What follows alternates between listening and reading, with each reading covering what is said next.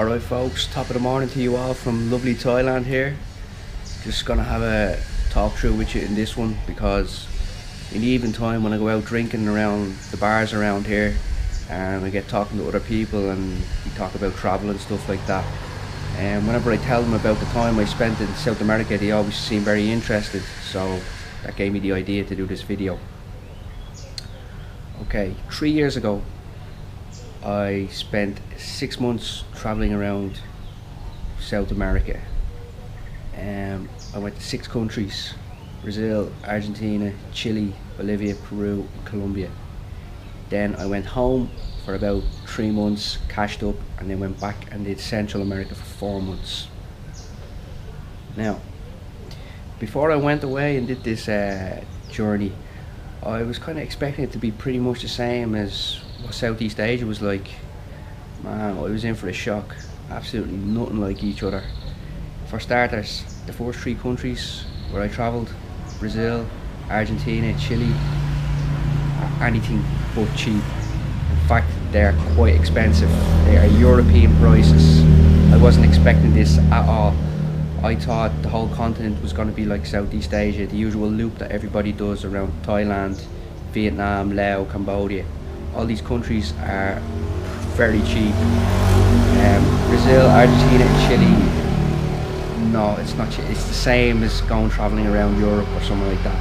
I mean, you are never going to eat out. You're going to go to the supermarket, you're going to make your own food, you're going to like drink in the hostel before you go out. You're really going to like do a shoestring budget. And like Argentina, I was advised in Brazil before I entered Argentina to bring US dollars into Argentina with me and exchange them on the black market.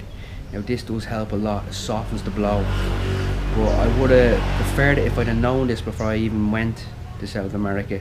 You know, I only found this out about 2 days before I went into Argentina, so I was kind of pulling my hair out, you know, in a rush trying to find US dollars somewhere in Brazil, and having to go, like I was in this little beach town where there was no ATM, so I had to get like a bus to the nearest town with ATM machines, and it was very stressful, it was. Then when I got to Argentina, I exchanged my money in Buenos Aires. Now, what will I advise you not to do when you get to Buenos Aires to exchange your money on the black market? Do not exchange it all at once.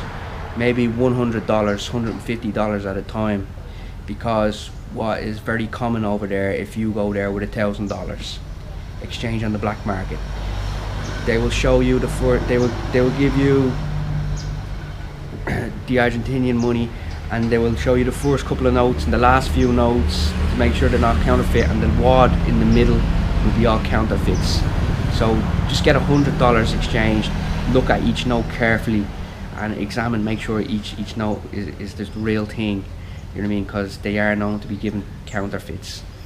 Then I went up Chile and then into Bolivia. That softens the blow a hell of a lot. Bolivia is ridiculously cheap. It's probably the cheapest place I've ever been to in my life. You can live off peanuts there.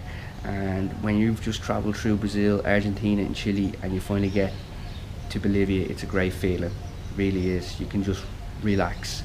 And then Peru and Colombia, a little bit more expensive than Bolivia, but still relatively cheap.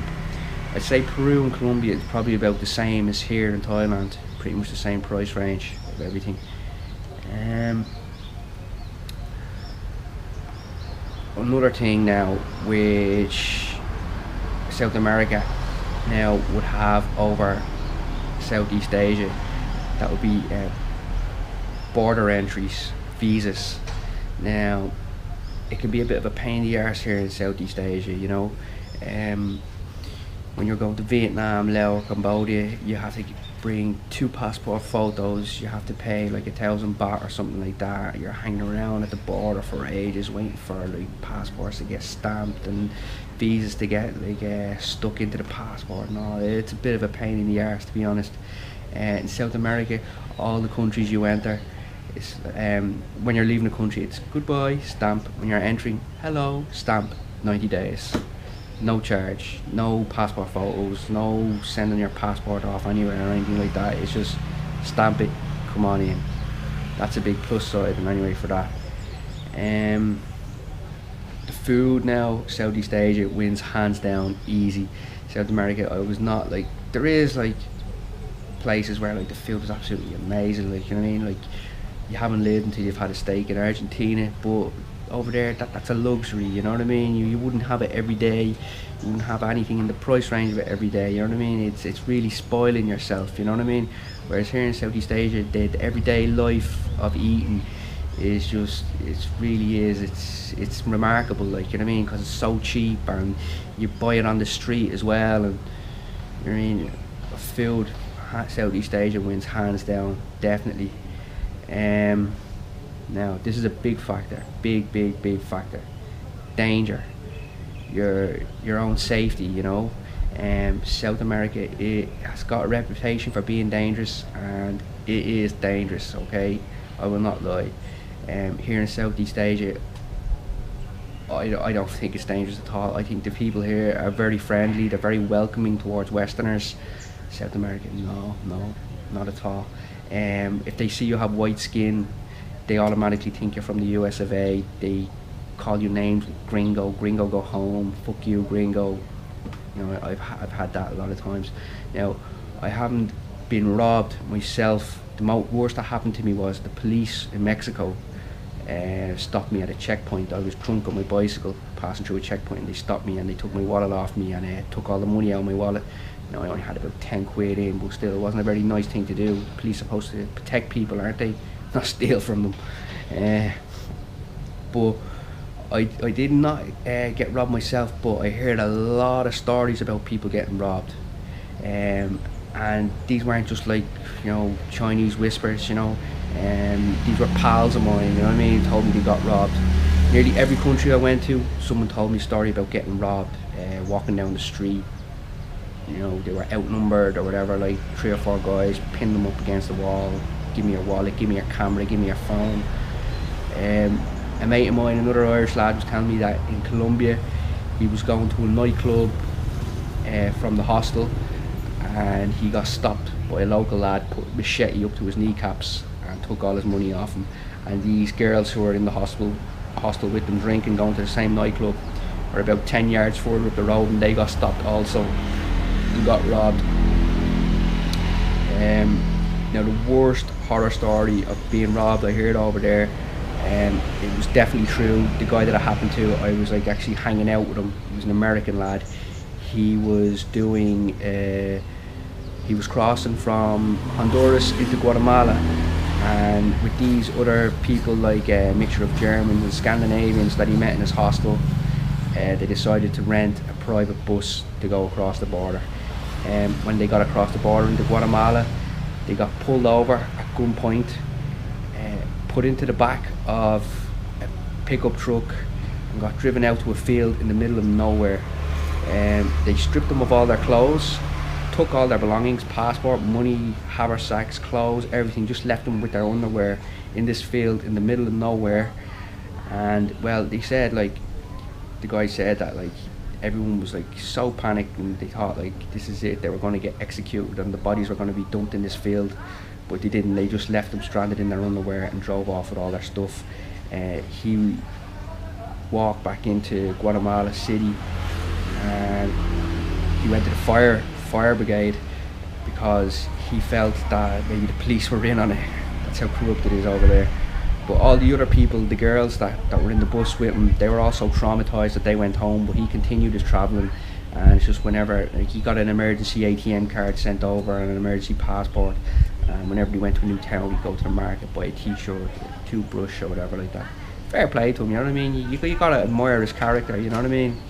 It would be a very horrible thing to happen to you, like, you know what I mean. I reckon 99% of people like would just go straight home. They'd probably be put off travelling as well for a long time, but he just kept with it. Fair play to him. What else have we got there?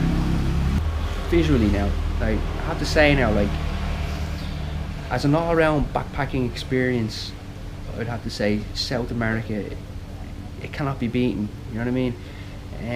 You've just got a wide variety of landscapes and so many like great adventurous things to do, like, you know what I mean.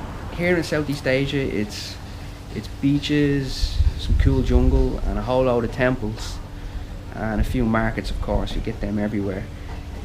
Over in South America, like you've got the favelas of Brazil, the glaciers of Patagonia, you've got the salt flats, you got the Amazon jungle, the beaches in Colombia. It's so wide variety, like, you know what I mean? It's just, and it's amazing, like, you know what I mean? And it really is great to look at. Some great treks up volcanoes and everything like that, where you get like all these views and all that fly. It really is like, it would take your breath away. When I first went travelling, I spent about a year and a half between Australia and Southeast Asia. I had a really good time. I loved it, like, but when I think about when I put that year and a half to the 6 months in South America, where like I didn't work a single day, when I did a year and a half in Australia and Southeast Asia, I spent a lot of that time working now, you know what I mean? I had to work when I was in Australia because it was so expensive over there. South America, you know what I mean? You just gotta make sure you're prepared financially, and you know what route you're going on, and you know what the prices are going to be like in these countries. I mean, I reckon I could have stayed a hell of a lot longer as well with the money that I brought to South America, because I had a few benders, you know what I mean, like where I just went down and I just like stayed out until stupid o'clock and just like came home, like, you know, the next day, like I was just like, ugh, you know, rotten drunk and just like too much partying. There was no need for it, like, you know what I mean? Like, I could have stayed a lot longer, could have seen a lot more places, but, you know, in fairness, you know, I still got a good chunk of it done, like, you know what I mean? And in Central America as well, like, you know what I mean? Central America is very cheap now, you know what I mean? But it is dangerous, man. It is, like, there are certain places now, like, you know, where you go around, like Honduras, Guatemala, Nicaragua, and you would just would not go out at night time. You know what I mean? It's just everywhere you go, it's just like on these street corners, you got all these gangs of like dudes, you know, just hanging around doing nothing. They're just waiting for some backpacker to drop their guard, you know, be vulnerable, you know what I mean, so they can take advantage of them. You know what I mean? Waiting to see someone too drunk so they could rob them, you know what I mean? It really is like, and even when you're not drunk, they try to call you over and all and get pally with you now. Now, if you had like 10 beers on you, like, you'd probably be like, hey, how's it going? And you're a sitting duck, you know? But like, there's some places now where it's just, I mean, you say, oh, I gotta stay sober in this place and I can't stay out too late, you know? But in fairness though, I also found some beautiful places that I really loved. And I met some good people as well. Some of the locals, like, they're so nice. Surprisingly enough, before I went, I started in Mexico. People were saying to me, oh, you want to be careful there, that place would be crazy. I actually thought Mexico was one of the friendliest places that I've ever been to, like in all of South America. Really. Everyone was so nice and they're so down to earth. You know what I mean? Kind of reminded me of they kind of got the same personality as like back in Dublin, like, you know what I mean, around city centre areas, like some really good, honest, down to earth people. Now, I'm saying all this, I'm saying if I had to choose one, see, a lot of people now don't get to do the travelling that I have done. If they do travel, they go once, you know what I mean? They might, after they finish college or doing their apprenticeship, they do a travelling journey and then come home and then settle down, that's it. Or else they might take a sabbatical from work. If you're like trying to decide which one to do, I would do the South American one, definitely. If it's just a one-off travelling experience, I would do the South American one, because it really is, it's such an interesting part of the world. You know what I mean? It will change your life, it'll change how you see things, you know what I mean? And it's just a beautiful part of the world, you know what I mean? Like, you see so much in one visit, like, you know what I mean, in one journey. But in saying that now, you know what I mean, I'm in Thailand now. The reason for that is because I'd done so much travelling, you know, I was all backpackered out. I said, okay, right, I'm not doing any more treks, you know, going into different countries and stuff like that. I just want to go to the one place from now on. So of all the places I've been to, I decided, yeah, Thailand. Reason being is because, starters, so you got lovely weather, lovely beaches. I mean, to get by, you know, rent is very cheap, and food, if you like the Thai food, which I absolutely love, well, then you're not going to spend much money on food. When I go to the supermarket every week, I only buy fruit and muesli and yogurt for in the morning time. Maybe a few beers to have in the fridge. But other than that, like having lunch and dinner, I don't even have a kitchen in my place. I don't need it. I just go out and get street food for about $1, $2. Like, you know what I mean? You get a lovely Thai meal. It's absolutely delicious. And every once in a while, I'll treat myself in a restaurant to a bit of Western food, you know, because that's the food I was brought up on. I need to, you know, indulge in it every now and again. But like, food and rent costs absolutely nothing. And then like, I can hang out at the beach all the time. I'm never bored. And then I have my bike. I can cycle around the jungle and stuff like that. So yeah, I'm happy here. And you get flights for cheap enough back home in Ireland as well, like, you know what I mean? And it's not too far to travel either, like, you know what I mean? It's only like one stop over, and usually here in 15 hours. For me, that's nothing. I'm well used to travelling long distances. Whereas to go the opposite direction to South America, you'd be looking at an extra €200 maybe on your flight ticket, maybe $250, $300. And then the actual, like, you know, living on the food over there, I wouldn't be able for rice and beans every day. You know, it's just, I need something with a bit more taste, a bit more variety, like, you know what I mean? Yeah, so that's what brought me here. And anyway, so they're kind of the pros and cons of how the two continents marry up with each other, and and the experience that I had with travelling around these places. I had a really good time in every country, don't get me wrong. I ain't knocking any of them. If you can go to all of them, please do. Go to as many places as you can, that's what I suggest. But, you know, in hindsight, as a one-off backpacking experience, I would go with South America. But Southeast Asia is much more livable, okay? In a nutshell, that's how I'd break it down. It's more livable. It's better when you're actually staying here a long time and you're not moving around, like, you know what I mean? Like, you're here to live. South America for a long backpacking holiday, yes, do it. Okay folks, I think I'll just wrap it up at that, alright? Thanks for watching. If you're doing a bit of traveling, I hope this video was of a help to you. And yeah, safe travels. Have a blast, alright? Catch you soon. Bye bye.